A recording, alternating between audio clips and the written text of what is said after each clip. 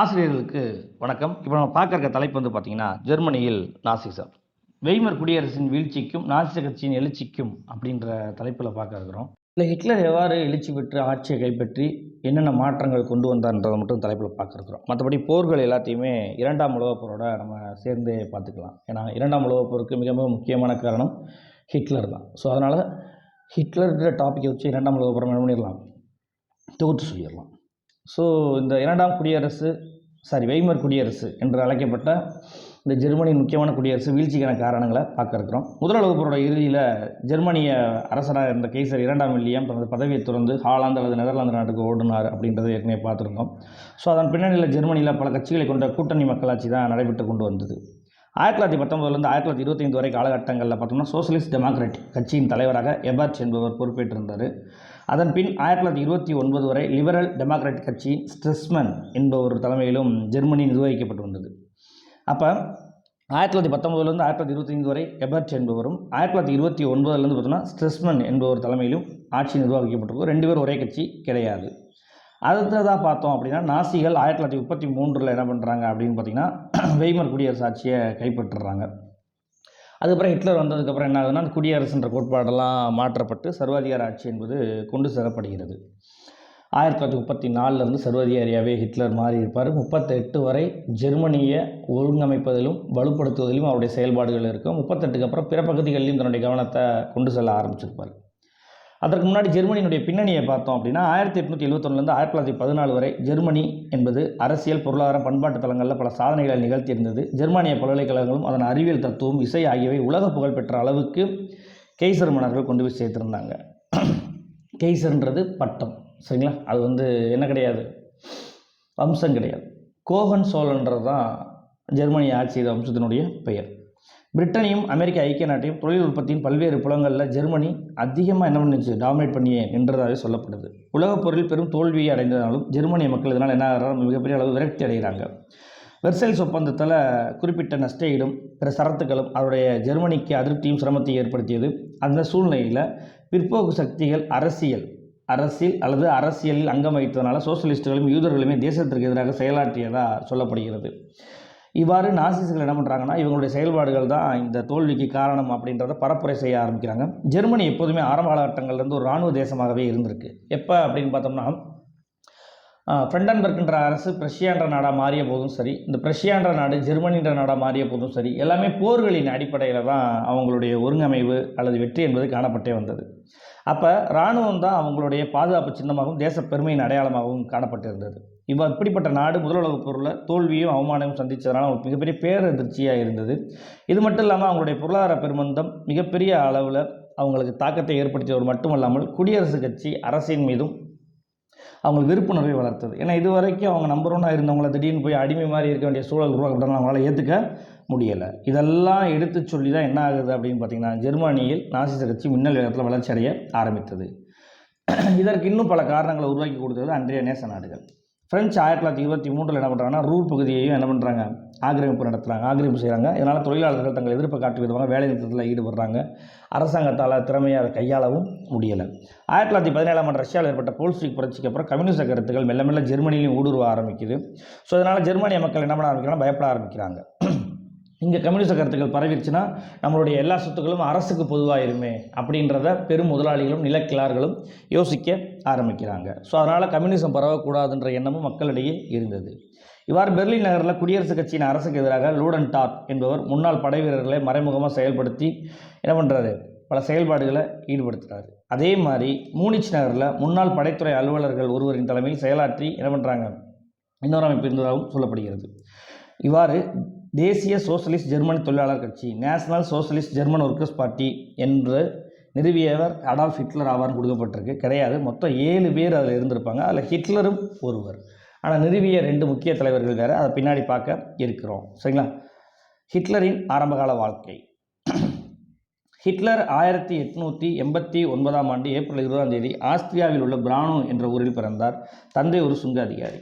அப்போ வினாக்கள் கேட்கலாம், ஹிட்லர் பிறப்பால் டேஸ் அப்படின்னு கேட்டாங்கன்னா அவர் ஒரு ஆஸ்திரியர், ஜெர்மானியர் அல்ல. அப்புறம் எப்படியா ஜெர்மனிக்கு ஆட்சியாளராக மாறினார் அப்படின்னு பார்த்தீங்கன்னா சிம்பிளான விஷயம். அன்றைய ஜெர்மன் மொழி பேசக்கூடிய நாடுகளாக தான் இன்றைய ஜெர்மனி, ஆஸ்திரியா, ஹங்கேரி, இன்னும் பல தேசங்கள் இருந்தது. அப்போ ஜெர்மன் மொழி தான் மிகப்பெரிய மொழியாகவே பார்க்கப்பட்டது. ஐரோப்பிய மொழிகளில் பார்த்தோம் அப்படின்னா ஆரம்பத்தில் லத்தீன் மொழி கோலோச்சி இருக்கும். அதுக்கப்புறம் பார்த்தோம்னா ஸ்பெயின், பிரான்ஸ், ஜெர்மன், இந்த 3 மொழிகள் தான் பெரிய அளவில் கோலோச்சி இருக்கும். ஹிட்லர் முதல்ல வியானாவிலும் 1913 வியானாவிலேருந்து எங்கே வந்துடுறாரு, மியூனிச் நகர் ஜெர்மனிக்கு வந்துடுறாரு. அங்கே வந்தவர் ஆரம்ப காலகட்டத்தில் தன்னோட ஒரு ஆர்டிஸ்ட்டாக அடையாளப்படுத்திக்கிறாரு. அட்டைகளில் வண்ணம் தீட்டி வீடுகளுக்கு வெள்ளை அடித்தும் அவருடைய ஆரம்பகால வாழ்க்கை இருந்தது. ஓய்வு நேரங்களில் அரசியல் பேசுவது தான் அவருடைய பிழைப்பாகவும் இருந்து வந்தது. 1914 ஆகஸ்ட் மாதம் ஒரு ஆஸ்திரியன் என்ற முறையில் தன்னை முதல் உலகப் போரில் ஈடுபடுத்திக் கொள்கிறாரு. அதன் அடிப்படையில் ஜெர்மனிய சிற்றரசரான பவேரிய மன்னர் அவர்கிட்ட என்ன பண்ணுறாங்க, பேச்சுவார்த்தை நடத்துகிறாங்க. பவேரிய மன்னர் ஆரம்பத்தில் ஜெர்மனோட நேரடியாக இணையாமல் இருந்திருப்பார். ஸோ 3ஆம் லூட்விக் என்பவரிடம் விண்ணப்பிச்சிருப்பார். அவர் நட்பு நாளாக இருந்திருப்பாங்க. அதன் அடிப்படையில் பவேரியா பீரங்கி படையில் பணியாற்றியிருக்காரு. முதல் உலகப் போரில் 4 ஆண்டுகள் படைத்துறை சிற்றல்வர் கார்ல்போர் என்ற பொறுப்பில் இருந்திருப்பார். இவ்வாறு முதல் உலகப் போரில் சிறப்பாக செயல்பட்டனால அயன்கிராஸ் என்ற இரும்பு சிலுவை என்ற பட்டம் அவருக்கு தரப்பட்டிருக்கும். போரில் காயமடைந்ததுனால ஆஸ்பத்திரியில் சேர்க்கப்பட்டிருப்பார். ஜெர்மனி போரில் என்னவாக இருக்கும், தோல்வியை தழுவியதுனால ரொம்ப மன உளைச்சலில் இருந்திருப்பார். ஜெர்மனியின் தோல்விக்கு யூதர்கள், செக், போலாந்து இன மக்கள் தான் காரணம். ஸோ இவங்க தான் நம்ம நாட்டுக்குள்ளே இருந்து நம்ம நாட்டோட வளர்ச்சி என்ன பண்ணுறாங்க, தடை செய்கிறாங்க. ஃபார் எக்ஸாம்பிள் இது எதோட ஒப்பிட்டு பார்க்கலாம் அப்படின்னு பார்த்தீங்கன்னா, நீதி கட்சி தோற்றத்திற்கு மிக முக்கியமான விஷயமே எது பேசப்பட்டிருக்கும் அப்படின்னா, பிராமணர்களுடைய ஆதிக்கம் தான் மெட்ராஸ் மாகாணத்தில் பிராமணர் அல்லாத மக்களுடைய வாழ்வியல் முன்னேற்றத்தை கட்டுப்படுத்துது அப்படின்றத நீதி கட்சி எவ்வாறு முன்னிலைப்படுத்தினாங்களோ அதே மாதிரியான நிகழ்வு தான் யாரும் கையில் எடுத்திருப்பா, ஹிட்லரும் எடுத்திருப்பார். ஏன்னா காலங்களின் அடிப்படையில் பார்த்தீங்க அப்படின்னா ஹிட்லரை விட, நாசிச கருத்துக்களை விட நீதி கட்சி முன்னோடி. ஏன்னா நீதி கட்சி 1916 ரொம்ப தீவிரமாக செயல்பட ஆரம்பிச்சிருக்கோம். அதுக்கு முன்னதாகவே பிராமணர் அல்லாத அமைப்புகள், செயல்பாடுகள், சங்கங்கள் எல்லாமே 1890களிலிருந்தே வளர ஆரம்பிச்சிருக்கும். ஸோ அந்த பாயிண்ட் ஆஃப் இதோட ஒப்பிட்டு பார்க்கலாம் நம்ம. அதன் அடிப்படையில் விரோதிகள் துப்பாக்கிகளை விட கொடியவர்கள் என்றார். இந்த வெறுப்பின் அடிப்படையிலான அரசியல் தான் அவருடைய கொள்கைகளாகவே அமைந்தது. வெய்மர் அரசு கம்யூனிஸ்ட் ரஷ்யாவோடு செய்து கொள்ளப்பட்ட ரபேலா உடன்படிக்கையை ஹிட்லர் மிகப்பெரிய அளவில் கண்டித்தார். ஜெர்மனியில் இருக்கக்கூடிய இந்த பிரிவினைவாதிகள் தான் இந்த கம்யூனிஸ்டவாதிகள்ன்ற வார்த்தையை அவர் முன்னிலைப்படுத்தினார். ஸோ இந்த கம்யூனிஸ்டவாதிகள் உள்ள வந்துட்டாங்கன்னா ஜெர்மன் பிரிஞ்சு போகிற கூட வாய்ப்புகள் இருக்குன்ற மாதிரியான ஒரு குறுகிய பிரச்சாரத்தை அவங்க செய்துட்டு வந்தாங்க. நாசிச கட்சியினுடைய தோற்றமும் ஹிட்லரின் எழுச்சியும். தேசிய சோசலிஸ்ட் ஜெர்மன் தொழிலாளர் கட்சி, national socialist German workers party, பிப்ரவரி 24, 1920 மியூனிச்சில் உள்ள பியர்ஹாலில் 7 பேர் கொண்டவங்களால் உருவாக்கப்பட்டது. அதில் 2 முக்கியமான தலைவர்கள் அப்படின்னு பார்த்தீங்கன்னா ஜூலியஸ் ட்ரிச்சர், ஆண்டன் ட்ராக்சர், 2 பேர் முக்கியமானவங்க. இதன் பிரபலமான உறுப்பினராக தான் ஹிட்லர் இருக்கார். அப்போ அந்த ஆரம்பத்தில் இருந்த 7 பேர்களில் முக்கியமான உறுப்பினராக ஹிட்லர் வராரு. ஆரம்பத்தில் தோற்றுவிக்க காரணமாக இருந்தவங்க அந்த 2 பேர், ஜூலியஸ் ட்ரிச்சரும் ஆண்டன் ட்ராக்சலரும்.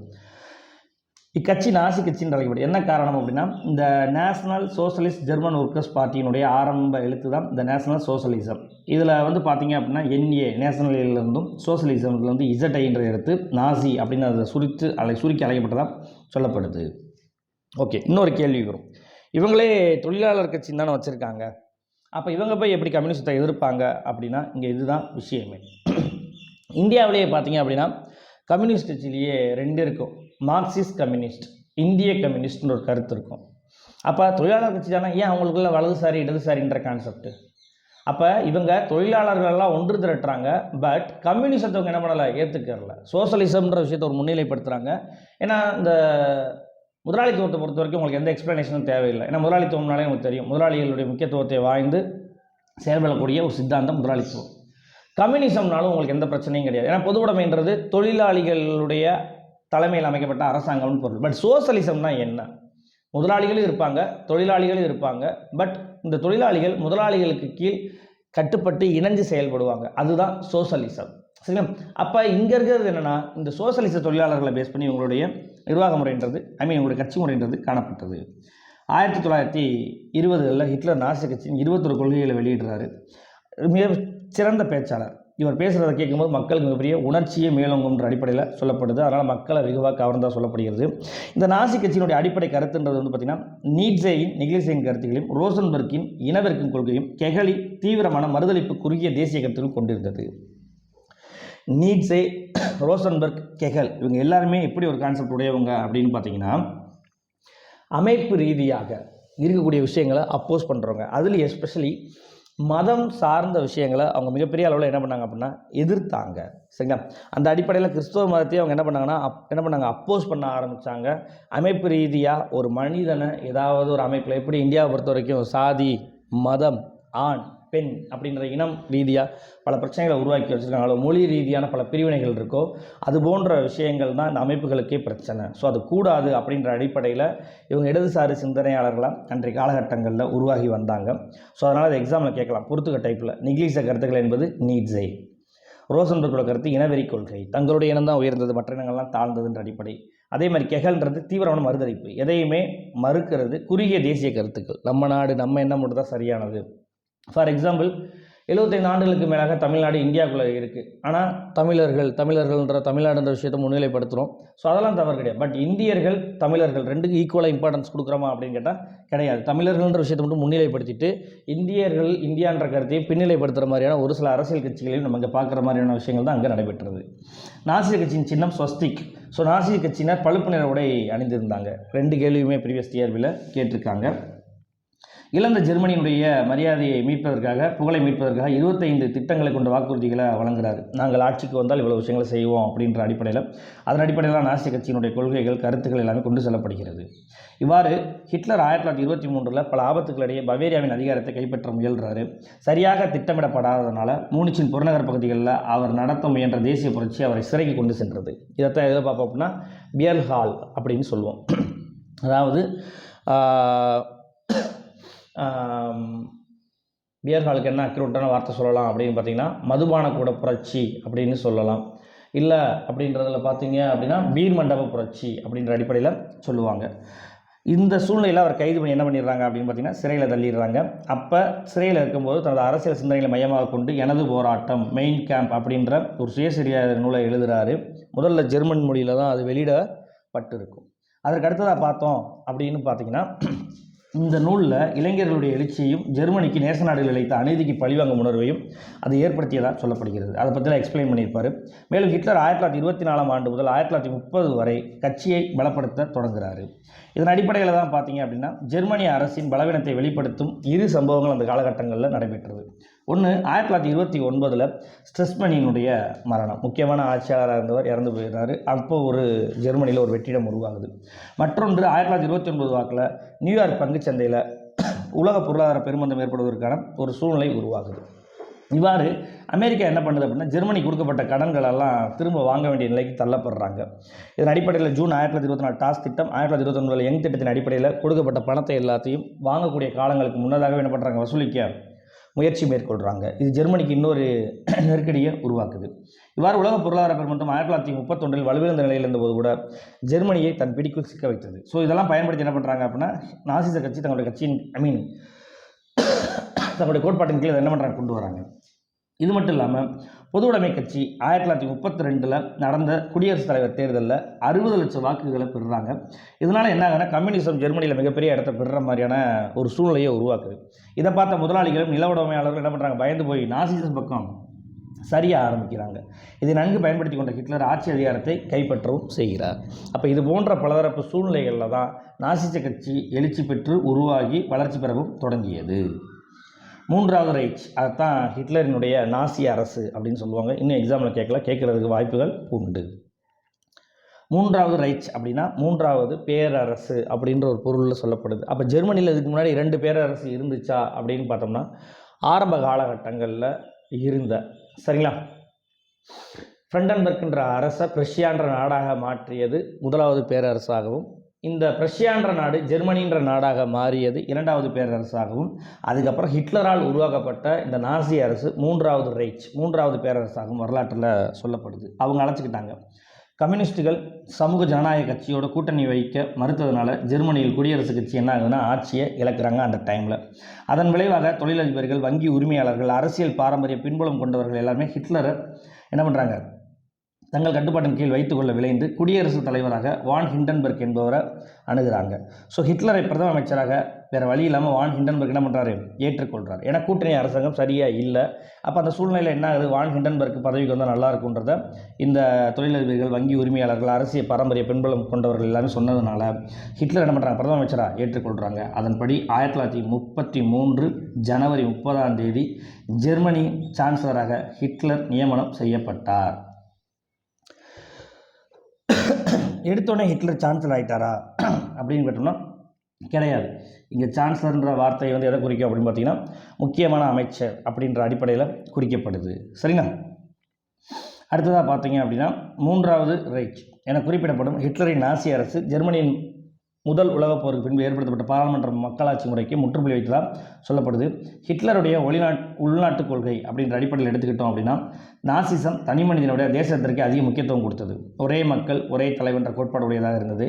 ஹிட்லர் தான் கடவுள் என்று வழிபாடு செய்கிற அளவுக்கு சூழ்நிலை இருந்தது. ஹிட்லரை தவிர வேறு கடவுள் இல்லை, நாசிசத்தை தவிர வேறு கொள்கை இல்லை, தேசியத்தை தவிர வேறு மதங்கள் இல்லை என்ற அளவுக்கு போதிக்கப்பட்டது.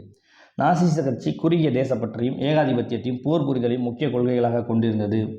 அது மட்டும் இல்லாமல் நாசிசத்தின் மிக முக்கியமான கொள்கையை என்ன அப்படின்னு பார்த்தீங்கன்னா யூத எதிர்ப்பு கொள்கையாகும். ஏன் யூதர்களை எதிர்த்தாங்க, யூதர்கள் யாருன்றதை கூகுள் மீட்டில் நம்ம டிஸ்கஷன் பண்ணலாம். அந்த அடிப்படையில் யூதர்களுடைய வியாபாரங்கள் முடக்கப்பட்டது, அவங்களுடைய நிறுவனங்கள் எல்லாமே தாக்கப்பட்டது. 2ஆம் உலகப் போர் துவங்கிய போது யூதர்கள் குவி முகாம்களில் மின்சார வேலிகளாலும் காவல் கோபுரங்களாலும், வார்த்தைகள் ரொம்ப கஷ்டமாக இருக்கிற மாதிரி இருக்கா, ஸ்கூல் புக்கில் இருக்க வார்த்தை வேறு ஒன்றும் கிடையாது. ஸோ யூதர்களை டார்ச்சர் பண்ணுறதுக்காகவும் கொலை செய்வதற்காக நிறைய கேம்ப் என்ன பண்ணாங்க, உருவாக்கி வச்சுருந்தாங்க. இதன் அடிப்படையில் அவங்களுக்கு சரியான உணவுகள் வழங்கப்படலை, கட்டாய ஊழியத்திற்கு கட்டாய வேலைக்கு அவங்க என்ன பண்ணாங்க, கட்டாயப்படுத்தி வச்சுருந்தாங்க. ஸோ யூதர்களை கொல்வதற்கு நிறைய கேம்பை உருவாக்கி வச்சுருந்தாங்க. அவங்கள பல வகையில் டார்ச்சர் பண்ணுறதுக்கும் அழிப்பதற்குமான வேலைகள் செய்யப்பட்டது. இவ்வாறு மேற்கொள்ளப்பட்ட முயற்சியத்தை என்ன சொல்கிறாங்கன்னா இறுதியான தீர்வு, ஃபைனல் சொல்யூஷன் சொல்லப்படுகிறது. ஐரோப்பாவில் மட்டும் ஏறத்தாழ 6 மில்லியன் யூதர்களை ஹிட்லர் நாசிச ஆட்சியின் போது படுகொலை செய்யப்பட்டதாக சொல்கிறாங்க. யூதர்கள் நீங்களாக யூதர்களை மட்டும்தான் படுகொலை செஞ்சாங்களான்னு கேட்டால் கிடையாது. நாடோடி குழுக்கள், மனநிலை பிறழ்வு கொண்டோர், ஹிட்லரை எதிர்த்த பல்லாயிரக்கணக்கான ஜெர்மானியர்களும் கொல்லப்பட்டாங்க. அப்போ யார் யாரெல்லாம் நாசிச கட்சியை ஏற்றுக்கிறாலையோ அவங்க எல்லாத்தையுமே என்ன பண்ணாங்க, படுகொலை செய்தாங்க. நாசிசம் கிறிஸ்தவ மதத்தை எதிர்த்தது. ஏன் அப்படின்னா இயேசு கிறிஸ்து என்பவர் ஆசியாவை சேர்ந்த ஒரு யூதர். ஸோ அதனால் அவர் கருத்து நமக்கு வேண்டாம் அப்படின்ற அடிப்படையில் தான் நாசிசம் செயல்பட்டது. போரில் ஈடுபடுவது ஆண்களின் கடமை என்றும் அவர்களை பெற்றுத்தருவது பெண்களின் கடமை என்றும் நாசிசம் குறுகிய சித்தாந்தத்தை எடுத்துரைத்தது. ஹிட்லர் வெய்மர் குடியரசின் கொடியை அகற்றி அவ்விடத்தில் தேசிய சோசலிசத்தின் ஸ்வஸ்திகா சின்னத்தை பதிப்பித்தார். பிக்சரில் இருக்கிறதா ஸ்வஸ்திகா சின்னம். ஜெர்மனி முழுமையாகவே ஒரு மையப்படுத்தப்பட்ட அரசாக இந்த 1934 38 காலகட்டங்களில் மாற்றப்பட்டது. 1933 மார்ச் 5 நடைபெற்ற தேர்தலில் 288 இடங்களில் நாசிச கட்சி வெற்றி பெற்றது. தேர்தலுக்கு பின் கூடிய ரைஸ்டாக் என்னபிளிங் ஆக்ட்ன்ற சட்டத்தை இயற்றி ஹிட்லருக்கு சர்வாதிகாரங்களை வழங்கியதும் இந்த காலகட்டங்களில் தான். 1933 ஜூலை 4 ஹிட்லர் நாசி கட்சி தவிர எல்லா கட்சியும் என்ன பண்ண ஆரம்பிக்கிறார், தடை செய்யவும் ஆரம்பிக்கிறார். ஏன்னா பாராளுமன்றத்தில் வலுவாக அவங்க இருந்ததுனால. என்னபிளிங் ஆக்ட் இயற்றப்பட்ட உடனே வெய்மர் குடியரசு அந்த அனைத்து அதிகாரிகளையும் இழக்க ஆரம்பித்தது. மேலும் ஹிட்லர் ஆணைகளை வெளியிட்டு ஆட்சி நடத்தினார். மாகாண சட்டமன்றங்களாக இருந்த டயட் எல்லாமே ஒழிக்கப்பட்டது. ஸோ நாசிகளின் மந்திரி சபை என்பது அமைக்கப்பட்டது. பழுப்பு நிற சட்டையும் முழங்கால் வரையுமான காலனியும் ஜாக்வுட் அணிந்த அதிரடி படையினர் எண்ணிக்கை நாளுக்கு நாள் உயர்ந்து கொண்டே சென்றது. ஹிட்லர் இளைஞரணியை ஏற்படுத்தி தொழிலாளர்கள் முன்னணின்ற ஒரு அமைப்பையும் உருவாக்குறாங்க. எதற்காக அப்படின்னா கம்யூனிசம் தீவிரமாக செயல்படக்கூடாது, கம்யூனிசத்தை தொழிலாளர்கள் இணையாமல் இதில் தொழிலாளர்கள் இணையணும் அப்படின்ற அடிப்படையில் தான். ஸோ இந்த தொழிலாளர்கள் இணைந்ததுக்கப்புறம் தொழிற்சங்கங்களை ஒழிக்கிறாங்க. அதன் தலைவர்கள் கைது செய்யப்படுறாங்க. தொழிலாளர்கள் அனைவருமே ஜெர்மானிய தொழிலாளர்கள் முன்னணியில் உறுப்பினர்களாகவே சேர கட்டாயப்படுத்துனாங்க. தொழிலாளர்களுக்குன்னு கட்சி இருக்கும். அது எந்த கட்சி தான், இந்த தேசிய சமதர்ம சோசியலிஸ்ட் தேசிய சமதர்ம தொழிலாளர் கட்சி தான் அப்படின்னு நிலைப்பாடில் இருந்தது. வேலை நிறுத்தம் சட்டத்திற்கு புறம்பானதாக சொல்லப்பட்டது. ஊதியம்ன்றதை அரசாங்கமே நிர்ணயம் செய்தது. நாசிகள் இவ்வாறு தொழிற்சாலைகளை மட்டும் கட்டுப்படுத்தலை, பத்திரிகை, நாடக அரங்கு, திரைப்படம், வானொலி, கல்வி போன்றவற்றையும் நாசிசமயமாக்கினோம். அப்போ இதில் எல்லாத்தையுமே எதை பற்றி தான் பாடம் நடத்தினாங்க அப்படின்னு பார்த்தீங்கன்னா நாசிச கருத்துக்களை பற்றி தான். கார்ல் மார்க்ஸ் அழகாக ஒரு வார்த்தை சொல்லுவார், சித்தாந்தங்களை உலகை ஆள்கிறது. ஒரு கோட்பாடை உருவாக்கிட்டு மக்களை நம்ப வச்சுட்டோம் அப்படின்னா அந்த கோட்பாடை சார்ந்தே என்ன பண்ணுவாங்க, செயல்படுவாங்க அப்படின்றதுக்கு ஒரு மிகச்சிறந்த உதாரணம் வேத இலக்கியங்கள் அப்படின்றதில் பார்த்தோம் அப்படின்னா வேதங்கள் என்ன சொல்லுது அப்படின்னா கடவுளை நம்புங்க. ஆபிரகாமிய மதங்களான இஸ்லாமும் கிறிஸ்தவமும் எப்படி கடவுளை நம்புங்கன்னு சொல்லுதோ அதே மாதிரி தான் வேதங்களும் கடவுளை நம்பு அப்படின்னு சொல்லும். ஆனால் உபநிடதங்கள் என்ன சொல்லும் அப்படின்னா நீ கடவுள்ன்ற ஒரு விஷயத்தில் நம்பாத, உன்னைக்குள்ளே நீ என்ன பண்ணு, தியானத்தின் மூலமாக ஒரு இறையாற்றலை உணர்வாய். அதனால் அந்த கோயில் இந்த வழிபாடு, இந்த யாக பலி இது எல்லாமே தவறு, முட்டாள்தனமானது, தேவையற்ற மூட பழக்க வழக்கங்களை ஒழிச்சிடுங்கன்னு சொல்லி புத்தரும் மகாவீரருக்கும் சொல்வதற்கு முன்பதாகவே உபநிடதங்கள் அந்த கருத்து என்ன பண்ணியிருக்கோம், எடுத்து சொல்லியிருக்கோம். அப்போ இது ரெண்டுக்குமான ஒரு கம்பேரிசன் தெரியுதுங்களா? அப்போ இது மாதிரி தான் என்ன பண்ணாங்கன்னா ஒரு சித்தாந்தத்தை உருவாக்கிட்டு உபநிடத கருத்துக்களை பின்னாடி தள்ளிட்டு வேத கருத்துக்களை முன்னிலைப்படுத்தினதுனால வேத காலம்னு அதை அழைக்கிறோம். ஸோ அதுக்கப்புறம் அந்த பாகவத மதம், இந்து மதம்லாம் உருவாவதற்கு வேத கருத்துக்களை மட்டுமே முன்னிலைப்படுத்தினதுனால பல மூட பழக்க வழக்கங்கள் உள்ளே வருது. அதை எதிர்த்து தான் 19ஆம் நூற்றாண்டில் சமூக சமய சீர்திருத்த இயக்கங்கள்லாம் உருவாகிருக்கும். அப்போ ஒரு சித்தாந்தத்தை உருவாக்கிட்டோம் அப்படின்னா மக்கள் அதை ஏன் எதுக்குன்னு கேட்காம பின்பற்றுவாங்கன்ற அடிப்படையில் நாசிசங்கள் என்ன பண்ணுறாங்க, அந்த வேலையை செய்ய ஆரம்பிக்கிறாங்க. நாசி கட்சியின் பரப்புரையை மக்கள் கருத்தோட்டத்தை திட்டமிட்டு திசை திருப்பும் ஆற்றலை கொண்டிருந்த ஜோசப் கோயபல்ஸ், அதாவது கொள்கை பரப்பு செயலாளர்ன்றதை தான் பள்ளி பாடப்புத்தகத்தில் சுற்றி என்ன பண்ணுறாங்க, எழுதுகிறாங்க. ஏண்டா இவ்வளோ வேக்கனாக பேச தெரிஞ்ச உனக்கு நீ ஏன் சுற்றி எழுதுன அப்படின்னு சொல்ல வந்தீங்கன்னா சிம்பிளான விஷயம். நான் இங்கே ஷார்ட்டாக சொல்லிடுவேன், பட் புக்கில் வேறு வார்த்தை இருக்கே, நீங்கள் கன்ஃபியூஸ் ஆகிடக்கூடாதுல்ல, அந்த ரீசனுக்காக தான் ஜோசப் கோயபல்ஸ் தலைமையேற்று வழி நடத்தினார். எந்த பொய்யும் மீண்டும் மீண்டும் சொல்லப்படும் போது அது உண்மையான நம்பப்படும் என்று அவர் அறிவிச்சிருந்தார். இதுதான் நாசிசங்களுடைய கொள்கை பரப்பு கோட்பாடு. மேலும் அவர் பத்திரிகை பியானோ போன்று இருக்க வேண்டும் என்றும் அது அரசாங்கத்தினர் வாசிப்பதற்கு தகுந்தபடி நடக்க வேண்டும் என்றும், அப்போ அரசாங்கம் என்ன சொல்லுதோ அதைத்தான் செய்தித்தாளில் வெளியிடணும் அப்படின்ற அடிப்படையில் அவர் சொல்லியிருந்தார். இதை இந்திய வரலாற்றில் எங்கே பார்ப்போம் அப்படின்னு பார்த்தீங்கன்னா வெர்னாகுலர் ப்ரெஸ் ஆக்ட் லிட்டனுடைய காலத்தில் பார்ப்போம். பத்திரிகை தணிக்கை சட்டம் அப்படின்ற பேரில் கொண்டு வரப்பட்டிருக்கும் வட்டார மொழிகளில் இருந்த பத்திரிகைகளுக்காக. அது மாதிரி அடுத்து ஹெஸ்டஃபோ என்பவருடைய தலைமையில் ரகசிய போலீஸ் பிரிவு ஹெஸ்டஃபோன்றது அந்த ரகசிய போலீஸோட படைப்பிரிவோட பேர். ஹைட்ரிச் ஹெம்லர் என்பவர் கட்டுப்படுத்தி அவருடைய தலைமையில் தான் என்ன பண்ணியிருப்பாங்க அப்படின்னு பார்த்தீங்கன்னா இந்த படை என்பது செயல்பட்டிருக்கும். ஸோ இவர் மூலமாக என்ன பண்ணாங்கன்னா ஹிட்லரின் மெய்க்காவலர்கள் எல்லாத்தையுமே தேர்வு செஞ்சு நாசிச படை வீரர்கள் எல்லாமே இவ்வாறு தான் தேர்வு செய்யப்பட்டாங்க. அதே மாதிரி நாசிசத்துக்கு எதிரானவர்கள் எல்லாருமே இந்த படைகள் மூலமாக தான் தண்டிக்கவும் பட்டாங்க.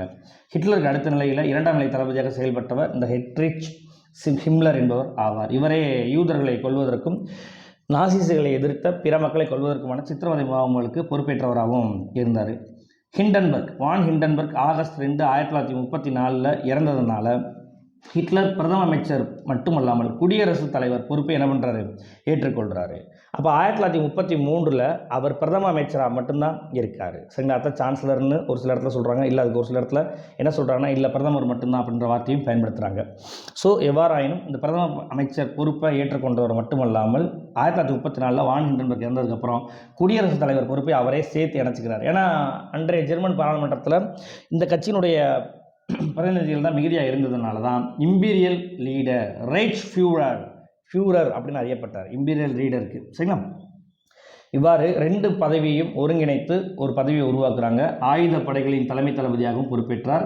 நாட்டின் நிர்வாக தலைவராகவும் அவர் பொறுப்பேற்றார்.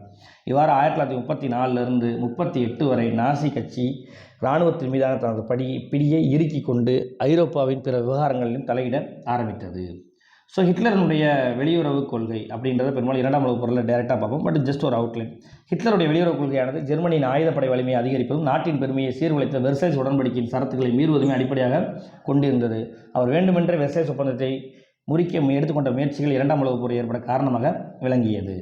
ஸோ இப்படி ஹிட்லர் இந்த காலகட்டங்களில் யாருமே ஹிட்லர் எதிர்க்கலையா அப்படின்னு பார்த்தோம்னா சமூக ஜனநாயக கட்சி ஜெர்மன் பொது தொழிலாளர் கழகம் என்ற பெயரில் 1863 மே 1863 மே 23 லீப்சிக் நகரில் ஃபெர்டினாண்ட் லாஸ்லி என்பவருடைய தலைமையில் ஒரு கட்சி நிர்வாகப்படுது. சரிங்களா? ஜெர்மன் பொது தொழிலாளர் கழகம்ன்றது ஆரம்பகால பெயர், தற்போதைய சமூக ஜனநாயக கட்சின்னு அழைக்கப்படுது.